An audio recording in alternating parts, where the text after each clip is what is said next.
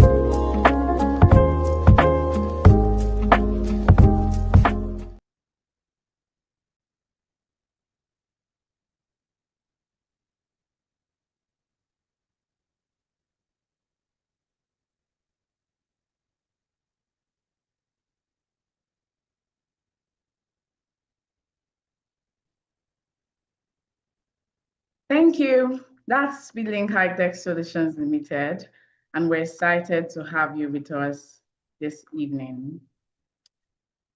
Okay, let me welcome our guest because it's a privilege to welcome Mr. Good David, who is the convener of this section, who also serves as the acting CEO of Speedlink High-Tech Solutions Limited. We're honored to have our two distinguished speakers with us, which is, we have Deborah Nwago.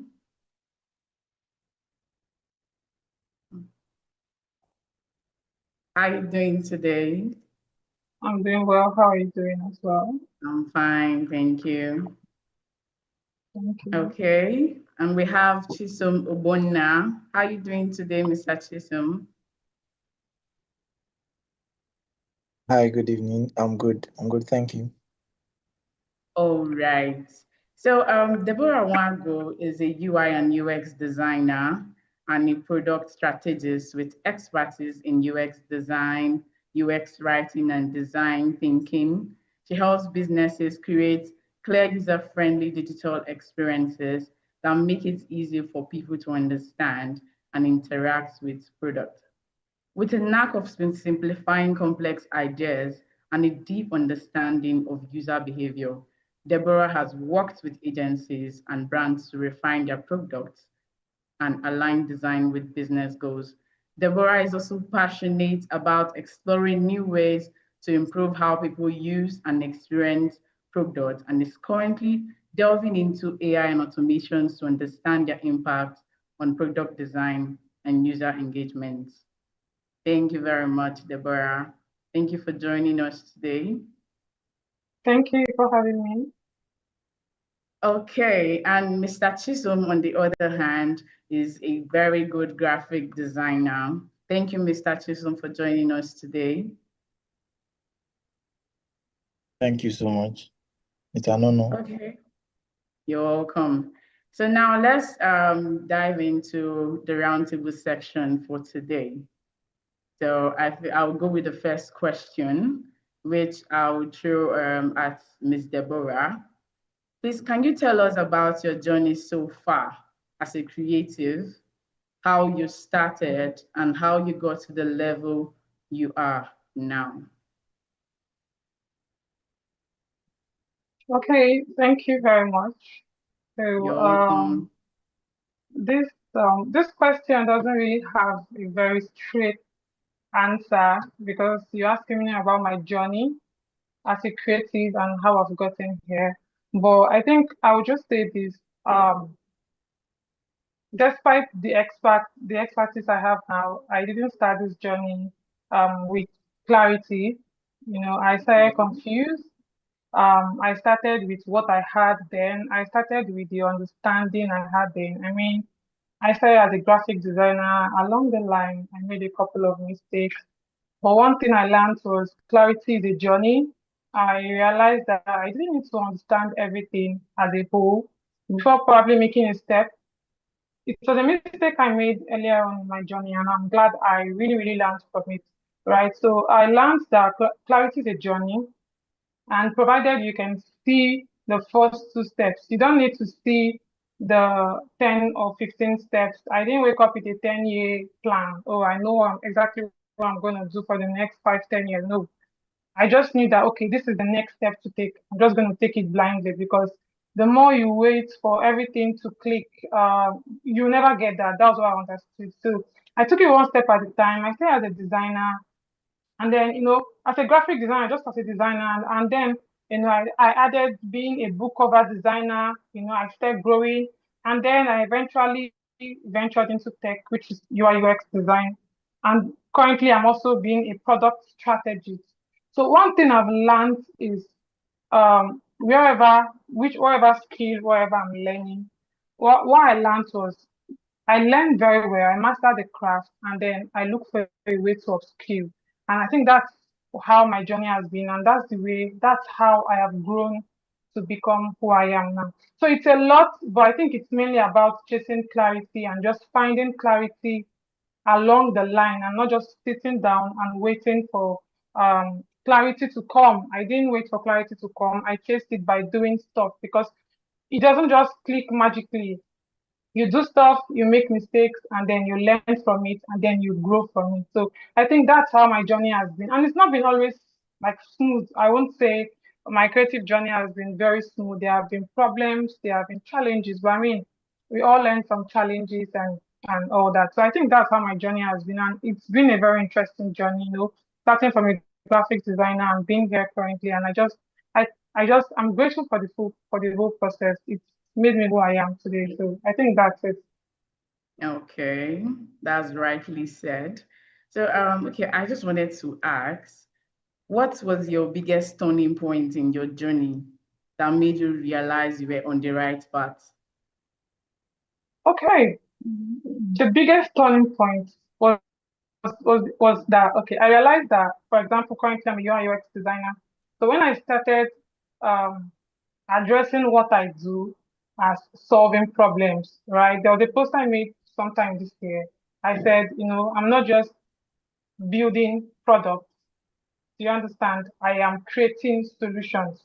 So I had to rethink. I am not just a vendor. I'm a strategist. I'm not just someone you come to give you deliverables in quotes. So my biggest selling point was understanding the value I bring to the table, understanding that whatever I'm creating, I'm not seeing it as a product or just probably taking something as part of deliverables. I saw it as kind of like solving problems. Whatever I'm giving to you is tied to an impact. It's tied to creating solution for something, a problem you're having. So when I understood that, it became a turning point, and it made my path clearer. It made me understand where I was going and kind of like had to face it head on. So I think that's my turning point in my career currently. Okay, that's lovely. Thank you. That was a good one. So, Oh, you're Mr. welcome. Chisom, are you with us? Yeah, I am. I am. Okay, so now this question I want to ask is for you. So, as a creative, were you aware you encountered as a creative, we are aware you encountered difficult moments and sometimes have creative blocks. Which method do you use to navigate through creative blocks and keep your ideas vibrant? I don't know if you got that or you want me to go through it again. No, I got that. I got that. Thank you. Okay. Okay. Creative block is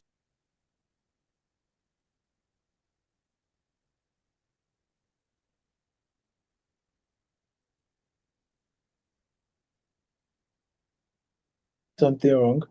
So it's Exactly. something I've experienced so many times.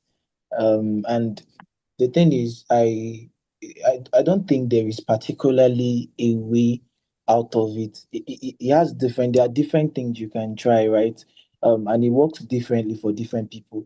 So what I would say might definitely not be the same with what a friend of mine would say as well. So for me, what I normally do is whenever I experience creative block, that is automatically when to stop because of the kind of work habit I have. Um, I I would say I work a lot. I am a workaholic. I would say I work a lot. So because of that, I am often drained, right? And I realize that a lot of times when I'm drained like that, I experience creative block. So I understood already over time. I have assessed myself and I've understood that this is what always happens whenever I experience creative block. I'm drained. I'm drained emotionally. I'm drained designally, whatever that word is. So I decide to stop. I stop immediately. I stop working. Whatever it is that I have at hand, I stop. So you see that it's not a process you rush. You don't rush creative block. You allow it to um have its course, right? Then over time you can now start again. So basically I would advise anybody experiencing creative block to just stop whatever it is, because if you keep doing it you see that you end up creating something that you do not like, one, and then your clients most likely will also not like. So you see that the best thing to do then, a friend of mine told me that he would normally he used to do this whenever he experienced creative block. He tells his boss, "Okay, sir, I can't deliver. I am experiencing creative." I don't know how that works. I don't know. For me, it doesn't make a lot of sense because they're expecting a lot from you, and then you just, Exactly. "Hey, boss, I'm experiencing creative block. I can't deliver." So it's crazy. Um, Very crazy. but me, I wouldn't tell my boss, but I would tell my boss that I'm not able to meet up with this project at this time. All right, I don't have to tell you the reasons, but I can tell you that I'm not able to meet up. So at that moment, I'm dropping everything I have for rest, enough rest. I want to just get enough rest. So whenever I get enough rest, for me, I often start again the next day. So when I get enough rest, I just make sure to probably go out, talk with people, relax, just take the day off, literally have a good bath, have a good food, because sometimes food gives the motivation and inspiration you need. So good food in particular. So all of these things, as basic as they are, they actually help a lot. Honestly, they help me in particular. That's my personal experience. I don't know about other people, but I've had to, over time, I've communicated these particular steps with people, and to a large extent, it worked for them. So the best thing I would normally advise to do is to stop whatever you're doing, take rest, just stop for the moment. If you can go out, experience real life, connect with real life, everything in real life aside the design, aside whatever it is that you do as a creative, just go out, explore, do other things outside of your discipline, then have a good rest. Take time to rest, right? Eat good food, drink water, have a quality bath, sleep. The next day, come back. You can go to wherever you get inspiration from, go back there, get started with trying to get inspiration. and just somehow you just find it along the way. So that's how it normally works for me. I don't know about other people, but I know because I've tried it, and some of my guys have also tried it and it worked for them. So I would encourage anybody experiencing creative block to also try this. Yeah. All right. Thank you very much for that wonderful answer. Okay, so up to Miss Deborah. This Sorry, can I question add is for something to you. what Mr. Chisholm said for creative block? Definitely, you can. Okay, so I just want to add something to what he said. So he's totally right, but he's totally right. Whenever you're having creative blocks, most times it's stress. It comes from stress. So I just want to add something. For me, something else that has worked for me. When I have creative block, most times I diagnose what is causing the creative block, and most times it's one of three things. Sometimes I don't really understand the problem I'm solving. I don't really know how to demystify it. I don't really understand what, so it can be stemming from lack of clarity for me, most times. So I just have to revisit and ask what exactly is the problem I'm solving here and make sure I understand it because that can cause a lot of problems. And then secondly, the creativity, lack of creativity can, or sorry, creative block can come from lack of inspiration.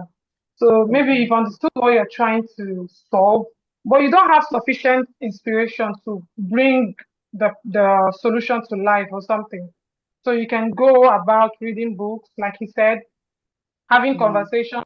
Sometimes inspiration comes from weird places. You can just be moving around. Someone can just say something and something clicks, or you see something somewhere.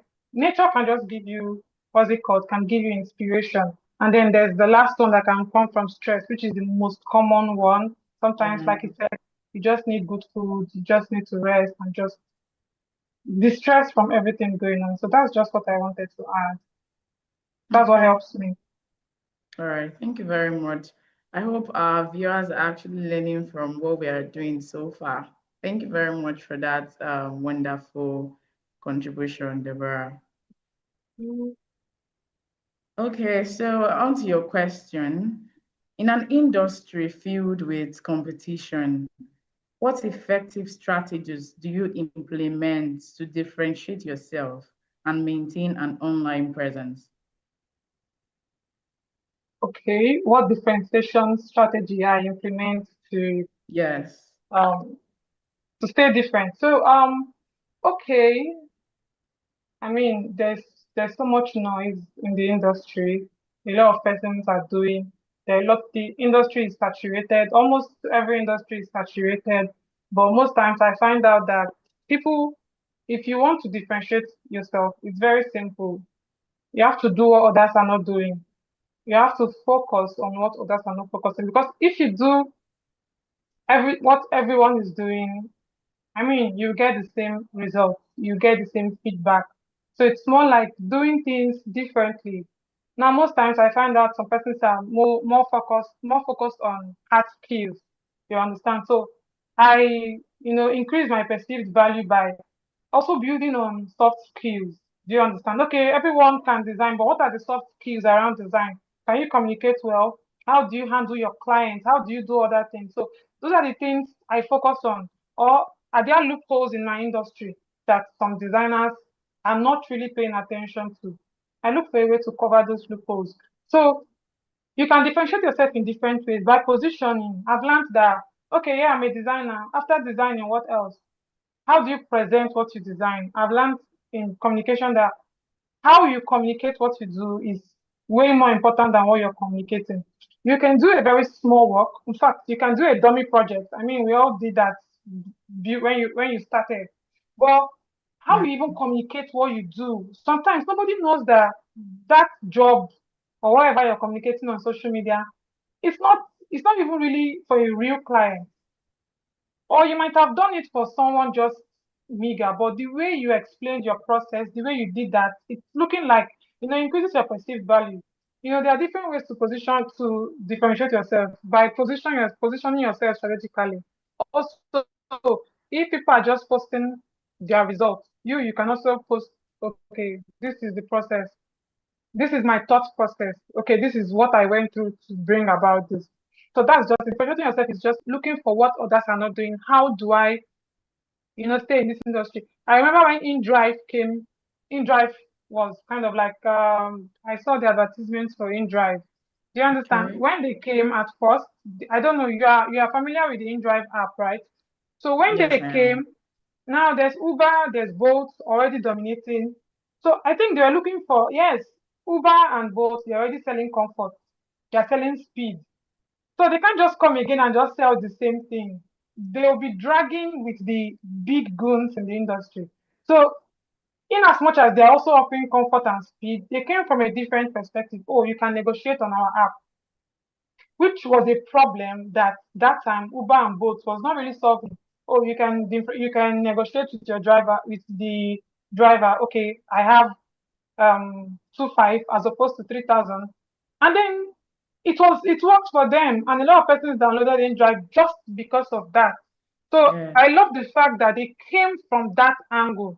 They looked for a unique. They tied their unique value proposition around a loophole that their competitors were not really focusing on.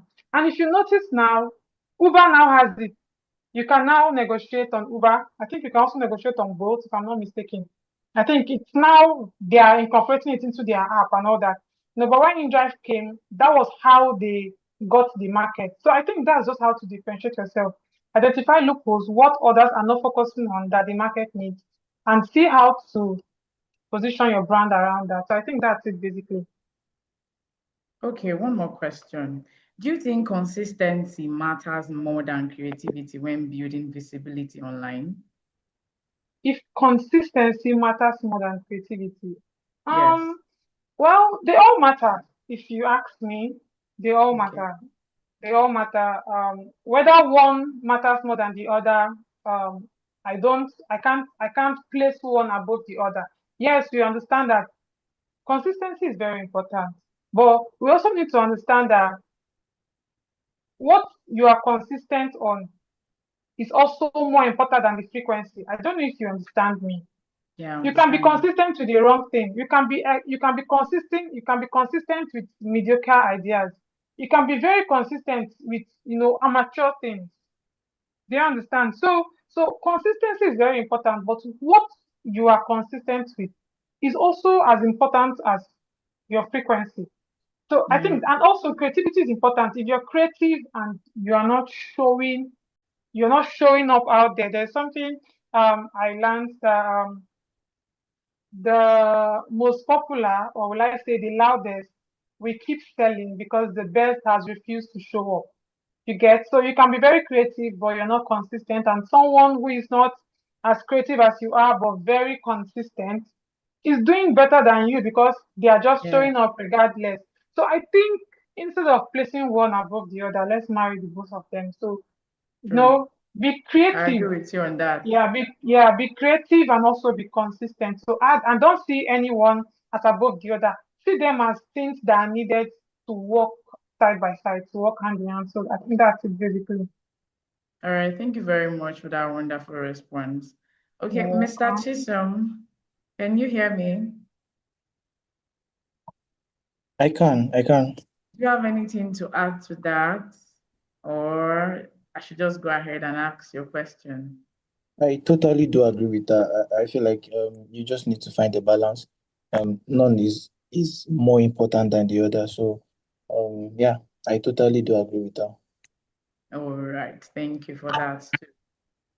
So, what are some reliable, cost-effective methods that anyone, be it a designer, a marketer, or a content creator, can adopt to enhance their visibility? Okay. Uh, one of the things that has helped me a lot over the years trying to be visible online is collaboration. I feel like the journey is easy or is easier when we learn to collaborate. But the problem is everybody is trying to fight for their space. I do tell people often that there is always a space for you, no matter how saturated the industry is. That's why as much as with the invention of AI and the rest that people are literally running from one skill and or the other, AI do this and AI do that. The truth is, if you are innovative enough, there is always a space for you. If you're in, this is not me endorsing or encouraging people not upskilling. Believe me, I am big on upskilling. I am very big on upskilling. Over the past 5 years, I am I wouldn't list the number of things I have had to engage myself in, and these things are so because I feel like for every time there is always a need for every period in my life. There's always a need to sorry. So for every time there is always a need for you to reinvent yourself, right? So but a lot of persons are fighting for space. So because of the fight for space, the fight of collaboration, people that are supposed to be destiny helpers, we are fighting them because you want to you want to shine like them. You get so collaboration. That's one of the things that helped me. It so helped me on Instagram. Jesus, um, Wow. most of my friends, Yeah, friends very true. were doing way better than me, right? And I love when I am honestly, I love when I'm not the biggest fish in my circle. It makes me want to grow. So that was why I had to fight to be in, not fight. I mean, we're not throwing blue and all, but then I had to find a circle that was good enough for me, and then I fixed myself there. I collaborated with people. I collaborated with a lot of persons while growing. And when I also understood it, because I know what I experienced trying to grow up, I don't, anybody that wants to, anybody that I know is just beginning, this person is starting to grow and reaches out to me, okay, please, eh, I saw what you're doing. I want to collaborate. I am always very open for it. Especially if the person, of course, if the person has something quality um to give out. Value. Exactly, something quality to give up. So I always accept it because I know that's the easiest way to grow. We need to kill or deaden the spirit of competition, right? It is to killing us, honestly, to killing us. And It's really aside that, killing us indeed. aside collaboration, there are sure proven ways to grow on different platforms. There are sure proven ways to build yourself visibly. One is you need to be very good at what you do.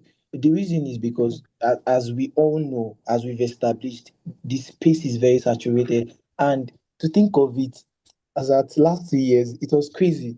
Last 2 years, the number of designers I came in contact with, especially on Instagram. I'm not really active on any other social media apart from Instagram. On Instagram, let's say Facebook too. Facebook as at 3 years ago, you see that the space was such as saturated, and it was saturated with incompetence, very incompetent people. And I'm like, how are these people expecting to be visible, expecting to be seen?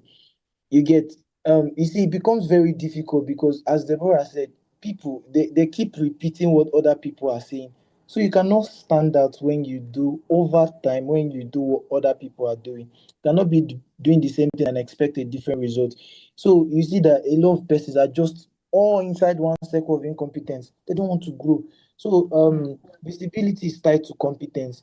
There are two things that you can't separate from each other. When you are a master of your craft, it becomes easy. It becomes easy. I'm not saying it's automatically, you automatically become visible, because you cannot even be visible if you don't do necessary things by pushing yourself out, positioning yourself. But it becomes easier for you. You see that a lot of person, I think that was probably one of the things. I know some of my guys, right?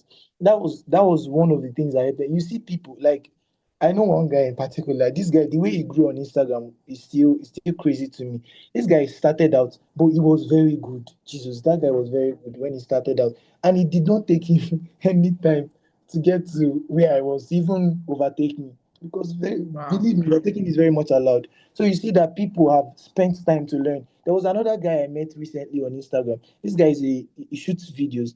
Um, the guy is so good at video creation, content creation, video shooting with different angles, those kind of things. So this guy, Yeah. he literally started with less than 1K followers. This guy currently is at 150K followers. And if you look at his page, it smells excellence. Wow. Everything from the content, everything you see structure, you see consistency, you see everything all on his page. You see that mastery because a lot of persons are so exposed to different visuals. There are a lot of things on. If you go to Instagram, you see a lot of visuals. So people respond more to quality. People tend to Okay. respond more to quality. So you have to pay attention to building competence. It is very key in building visibility.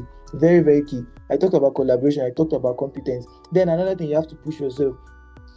Just like Deborah said, I heard one quote just very similar. I said that a a shy or a loud quack will sell more than a competent shy, or a competent shy person. It is the same formula everywhere. Is it that no matter how good you are, you refuse to push yourself out, nobody will see you.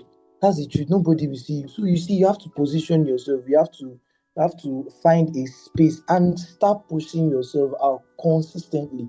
Very key. Very, very key. So yeah, these are just few points on that. All right. Thank you very much for that. I learned something from there too. Okay. On to Deborah. Are you still with us? Yeah, very much. I'm here. Okay. So, okay, the question for you is nowadays audience are more engaged with visuals, short videos, and multimedia content.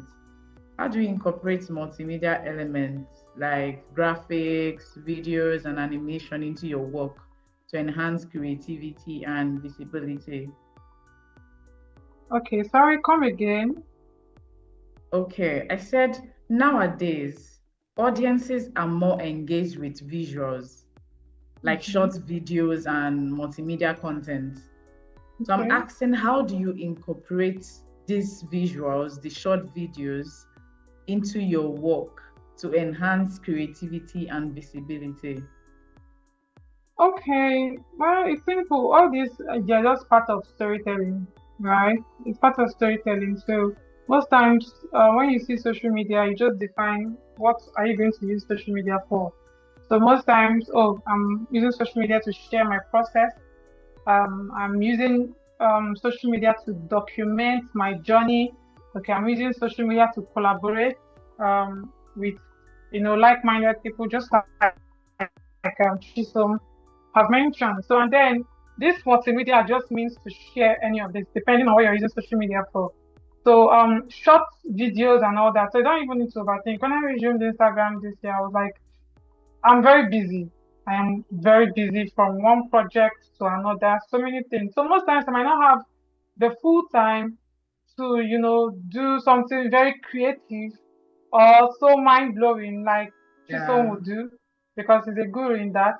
But I mean, just using there are different ways, just like you said, to share your craft. When it comes to slides, I can do that. Okay, different slides to share.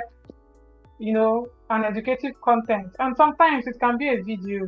Do you get? It can be a video, very short video. It doesn't have to be serious. It can just be a video of yourself walking, provided there is a reason for the video. What are you posting whatever for? Okay, today is for fun because I'm not here to sound all serious because life is not that deep or it's not that serious. Sometimes it can be a fun content around what you do. Sometimes Yeah. it can be, oh, I'm sharing the BTS, I'm sharing the behind the scenes. Do you understand? I went I went out today to work. I walked out today in a cafe and I think I was like, oh, next week I'm gonna post this just to show behind the scene of what I'm doing. Do you understand? I'm also working with Yeah. someone. I'm teaching someone something privately. I've given her a project. When she's done, I'm already planning to share. You know what? These are just part of it. A video content is just utilize whatever means possible because I'm not a fan of, okay, don't use one particular method. You can use videos, fine. If you can use slides, fine, because you have audiences, different kinds of audiences. Or some might relate more with videos, some might, or you can just look for your industry because we are not only talking to designers here, right? I think you're talking to True. digital marketers, just We're creatives as a talking whole. to Because yeah, multimedia. exactly, because there's this notion that when you mention creativity, you're referring to designers alone or people. I mean, that's wrong. Designer writers are creatives and all that. So since we are talking to all of them, so it depends on, maybe this is your industry. If videos work more in your industry, then you do more of short videos to communicate that. That's why I see a lot of content creators, they have this ring light, they want of sharing this or sharing that. If you're in an industry where visuals, aesthetics work more, now you do more of aesthetics, but you can slip in the other forms of multimedia, right? If you're in an industry, just find whatever. I'm not a fan of you must do what's trending. Now, I'm not, it's good to follow trends. I mean, it gives you visibility. But if the trend is not working in your favor, there's no need of doing it, right? You just mislead your audience. So if the trend is working in your favor and it's what you need, I mean, by all means, go ahead. But you just need to, the multimedia is just what you walk around with and the kind of content you're into, your industry. Do you understand? That's why you see most of these influencers, they do most of lifestyle, lifestyle vlogging and all that because they are lifestyle influencers. You can't be a graphic designer and on your page, if you have 100 posts, 90 of them are pictures of yourself, and then maybe 5 of them are pictures of you in church, and the other one is just, you know, you're not a lifestyle blogger, you're not into lifestyle marketing and all that. So that will not favor you. But if you're in an industry where visuals and all those lifestyle content works, I mean, you attract people like that. So it's just to look for where your industry stands and what you need to do so that when I visit your page, you understand. When I visit your page, by just in 50 seconds or let's say 1 minute, I should understand what you're doing. I shouldn't be confused just because you want to follow the trend, you want to do this and all that. So I think it's just to balance everything. I think that's it basically. Oh, that was wonderful. Mr. Chisom, can I get your input on this as well? Thank you.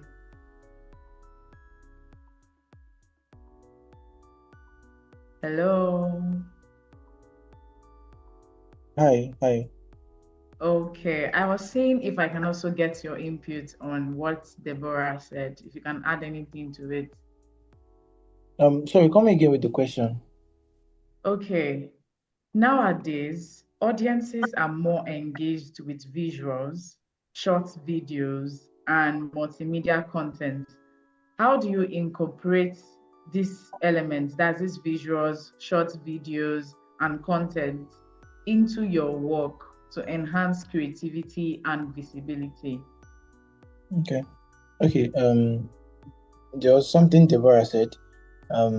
Just to buttress on that, she said, you just find what works for your industry, right? I feel like that's just basically it, and it's not just also finding what works in your industry. So find the platform that works for your industry.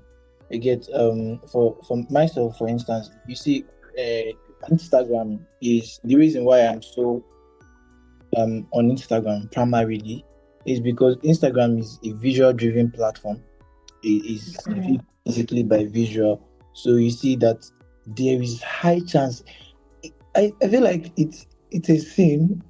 Forgive me, it's not a sin, but it's not a good thing that a designer is on Instagram and the person is not visible. Sometimes I ask myself why. Like, I mean, this particular platform literally supports everything you do. Visuals tend to go more viral than, just imagine you just drop some write up on a white this thing and post it. Nobody's really going to, people's attention is very short these days, so they are driven more by just the quality of your visuals. So basically what I do is I invest in good visuals. Few months ago, when I thought I was ready to come back on Instagram, in quotes thought, um I what I did differently was trying to redesign my carousels from the way I used to Okay. put. Now, what inspired that was just my friends, basically. There's this guy I love. He's my friend. I love what he does so much. Jesus. His name is Paul. this guy is like his visuals are very good. So I always he's one of the people that really inspire me a lot. So sometimes I just go to Instagram like, oh my god, let me check through this guy's speed, let me see what he's doing.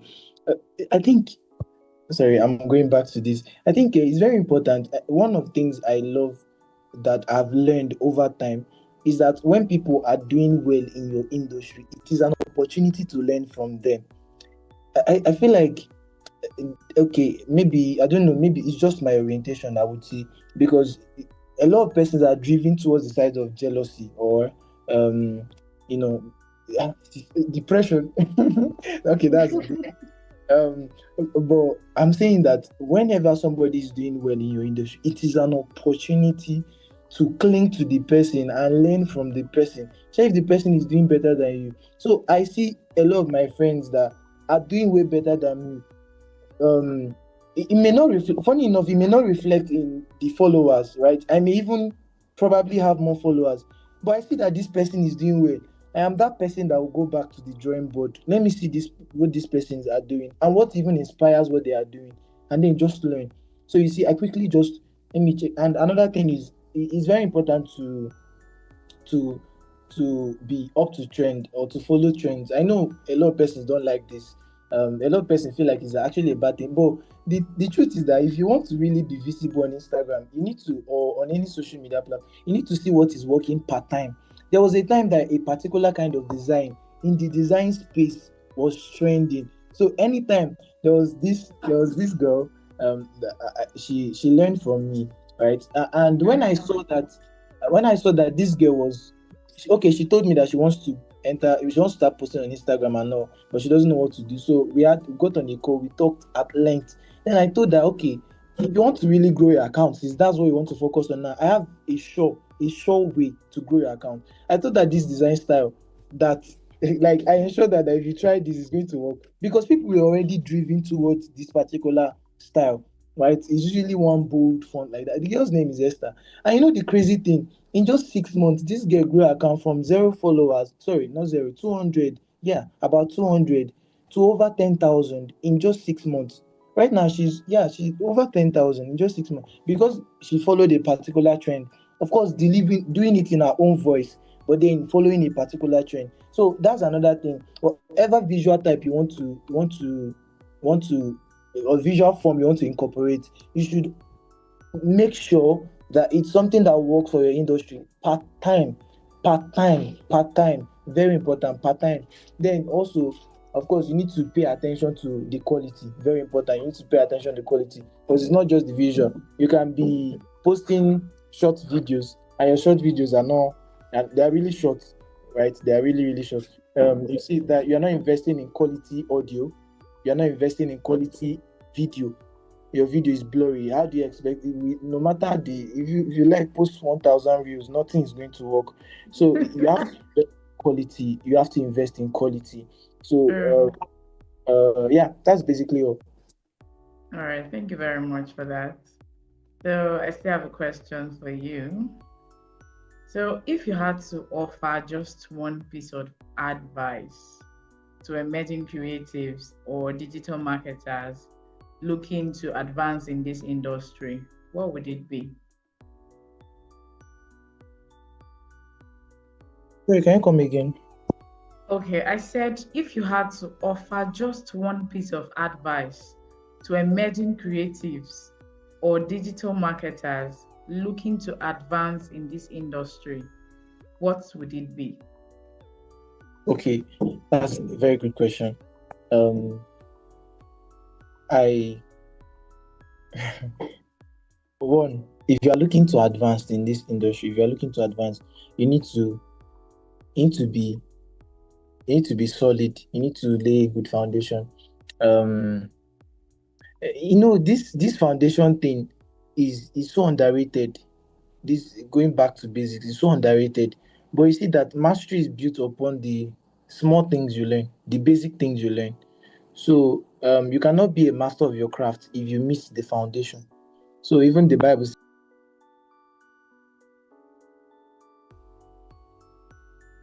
please, can you hear me? Yes, we can hear you. Okay. So Yeah, so I said it's so underrated. Going back to the basics is so underrated. Foundation is everything. Honestly, foundation no, there is no master without the basic things. Even the Bible said, if the foundation is sure, what shall the righteous do? You see that everything you want to learn, everything you want to do is built upon the basic thing you know. So if you skip the basic thing, I'm telling you from a designer perspective, it's one of the things that affected me when I started. I wanted to make money off design as quick as possible because it was 2020, Sapa. It was very bad. It was really, I'm really sorry, I'm laughing. no problem. It's okay. Um, uh, Okay. uh, I had to stop working where I was working at Trade for Lagos, and because of the coronavirus and all, then I had to. There was need for me to make money. Then I didn't want to stay at home. I wanted to make money. I saw a design class. I jumped on it. Um, over time, in just 1 month, a bit 2 months, learning from YouTube after the free class, of course, I started hosting master classes. How now? Choose some Wow. how. It's crazy, right? I was so Very, driven. very. Exactly, I was so driven with the need to make money, which is not my fault. And the truth is, I would not tell anybody. I know people do advise this, but I feel like it's insensitive to tell somebody not to do something because of money. I feel like it's part of the reason why a lot of persons do what they do, right? So I Yeah. would not even advise if you understand the place you are in, the country you are in, you understand that that's not a good advice to give anybody, You don't even right? need to tell me twice. So let's just leave a lot of things that we know or we think we know aside. You see, you face reality. There are things that in our location is not. There are books that when you read now, you see that there's some principle that these people have written. When you apply them here and now, you won't get the same results. Basic principle, life is ruled by principle. Life is designed to be ruled by principle. But there are things, tips that people, let's say white people now, give you in their books that when you apply it in your location at the moment, you don't see the results because Nigeria is a whole system on its own, right? So that's why I wouldn't advise anybody not to start something because of money. Me, I started, and by God's grace, somehow, some my panda, it worked out well for me. Just after so many mistakes and all. Of course, you don't get started having it all figured out. So I made so many mistakes. Even because of the quest to make money, I put out a master class 1K. I've done master class 1K, and only one person registered, be two persons. Wow. It was depressing, right? But then these were things that built me over the time. 2021 was when I decided to focus on learning. I literally stopped. I literally stopped hosting classes, putting out everything I used to put out, and I focused on learning because I had already understood that. See, is the foundation first, is mastery first, mastery, because everything we are looking for is tied to mastery.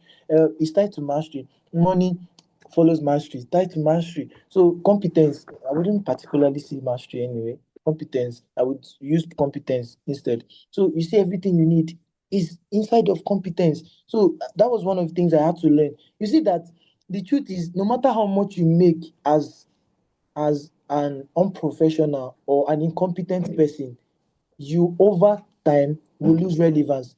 So incompetence over time will lose relevance. No matter how good you think you are doing part time, over time you will surely lose relevance. That's one thing. So that's why I don't focus more on people that are doing well more than me in the industry.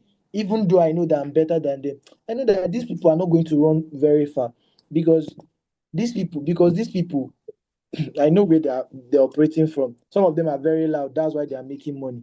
But then they are not good at what they do. And over time, it will show. Over time, they will lose relevance. But as you that have paid attention to basics, mastery over money, I mean, when you get started, you see that over time, you will rejoice. Over time, you will see the result of your effort. So, one of the things I would advise is please, as much as possible, pay attention to foundational learning. Learn as if your life depends on it. Learn first before you now proceed to other things.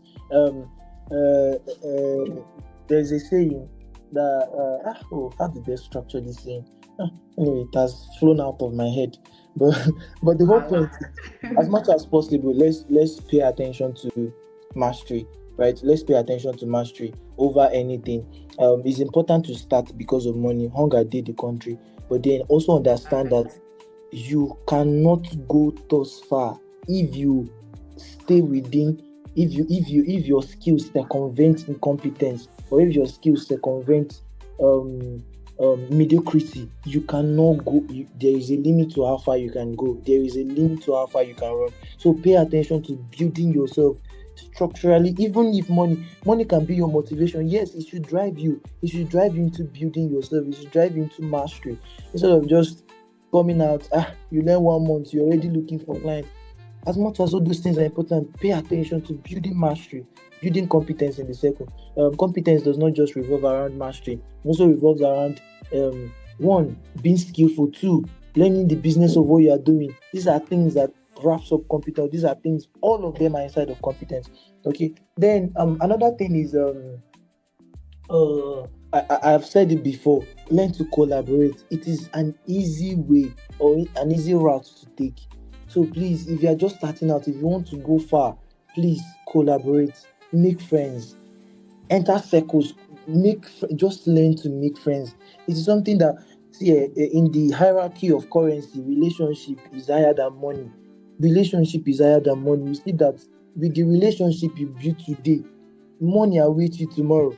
So that's why it's very important to collaborate instead of compete. Collaborate, learn to collaborate. It is healthy, very healthy. Competition sometimes can be healthy in some different instances, right? But learn to collaborate more than you compete. Learn to make friends, friends that, even people that are, there are three kinds of friends that you make: people that are above you, which is very unlikely because those people have pride, right? It is very unlikely. So there has to be structures or different steps that you have to take to make these people your friends. Then there are people that are within your level, which is, well, easy, and people under you that are trying to reach out to you. Sometimes we are too prideful to allow these people into our circle, which is also very, very bad. So there has to be a balance to all of these things. Learn to make friends, because the girl I talked about that I helped learn design, this girl, she started doing way better than me. She moved to the Web3 space, and I told her, please come and teach me. I am not a prideful person. I love learning. I told her, please, yes, I don't mind paying you to come and teach me, right? But of course, she could not pay. She could not teach me. She could not charge me because I did not charge her. So that's why it's nice to be a good person. So yeah, that's just it. That's just it.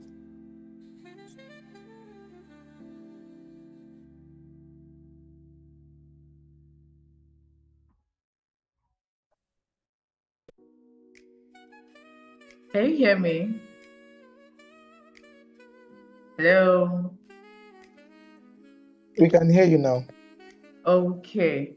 So I want to ask one more question from you, but then you have to be quick on this one. Which skill do you think every creative must master first before specializing? It could be just one skill, or maybe if there are two, you can just list them. This question is very tricky. I think it depends on the niche. It depends on what you want to learn, because there are different skills, different types of skills to learn, right? If you say, if you are making reference to maybe what's it called? Oh, I've lost this word. But then different people have different skills they want to. Then in the skill sets that you want to now learn, when you now start talking about, like, instance, let's say product design now. You see, in product design, there are different skills there. So you see that I would normally advise any product designer to learn to be T-shaped first, or to be a generalist first, to learn all of them if it's possible. Then you now narrow down.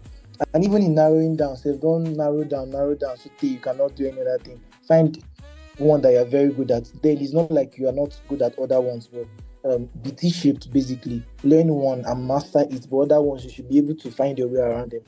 So even in design, it's the same thing. Like me now, for instance, I do and motion design and brand animation, brand design at the moment. But I first learned design, and that was like design basically. Design, the thing about design is it revolves around other things, because if you can take your knowledge of design into other aspects like product design now, your knowledge of design, especially design basics, will appear in every other thing you do. So you see, I learned design, foundation of design, and then it came into play in other things I started doing. For instance, motion design, you need your knowledge of design basics. Even product design, when I was learning product design, even though I gave up along the way because I had other things, it was still the same thing. So basically, with your knowledge of design basics to reflect in other things. So I feel like design is a very important skill to learn. All right, thank you very much for that. So now we'll open the floor to questions from our audience. If you have any question, please drop it in the chat box and we'll take as many as time permits. Thank you.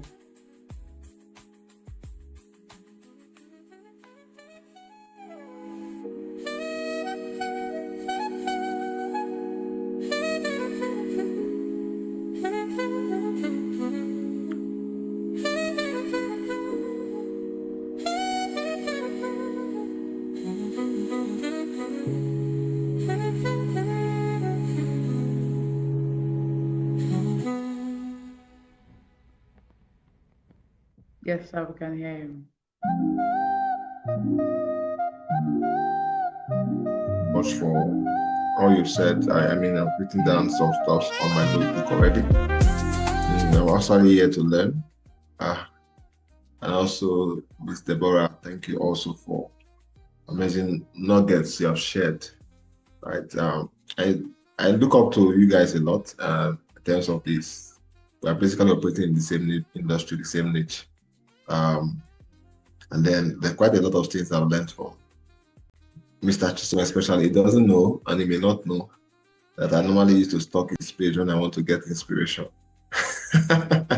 So let me do an open confession now that I used to stalk your Instagram page, just like he has been saying while he was talking.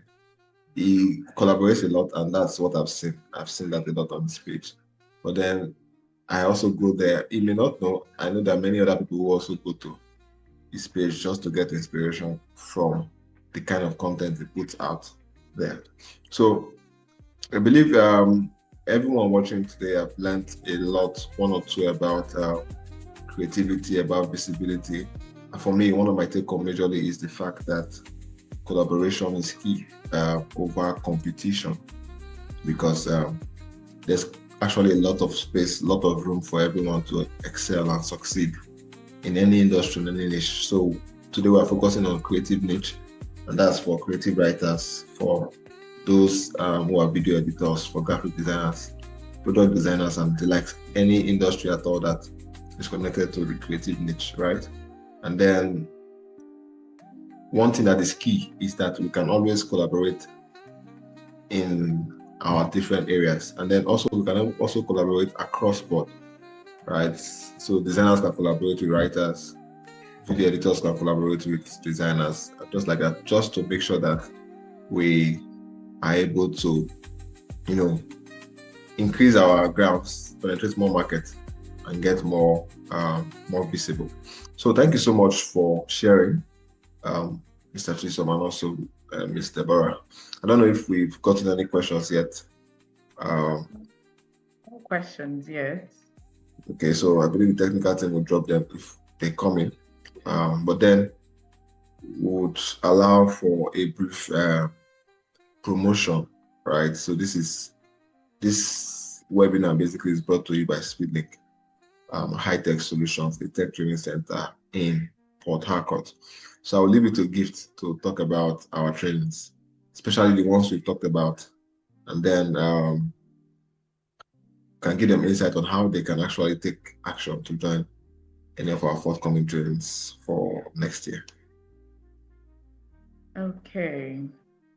So currently we have an ongoing training, but then that training is almost coming to an end, but we still have more trainings coming. The next batch will be starting next year, February 2026. So we're going to be dropping everything regarding the next batch training on our social media. So you can hop on it, reach out to us on WhatsApp, via Facebook, Instagram, anywhere at all it is, and get the details for the upcoming training starting in February 2026. Thank you very much, and I hope to see you next year for that training. Okay, so far we haven't gotten any question from anybody. So we'll have to end this section now. Thank you once again, our convener, Mr. Go David, and our distinguished speakers for sharing your knowledge and experiences with us today. And to our audience, thank you for joining us this evening. We hope this section has inspired you with strategies to boost creativity and increase visibility in your various fields. We look forward to seeing you in our next edition of the monthly webinar series. Until then, keep pushing boundaries and stay creative, and also learn how to collaborate. Do have a wonderful night. Thank you. Is there any closing words from our speakers? Ms. Deborah, Mr. Chisom, does anyone have anything to say? Nothing from me. Ms. Deborah, do you have anything to say?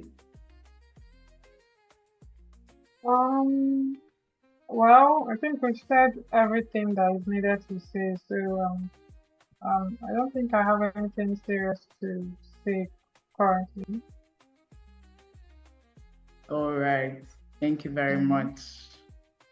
Do have a wonderful night, everyone. Bye.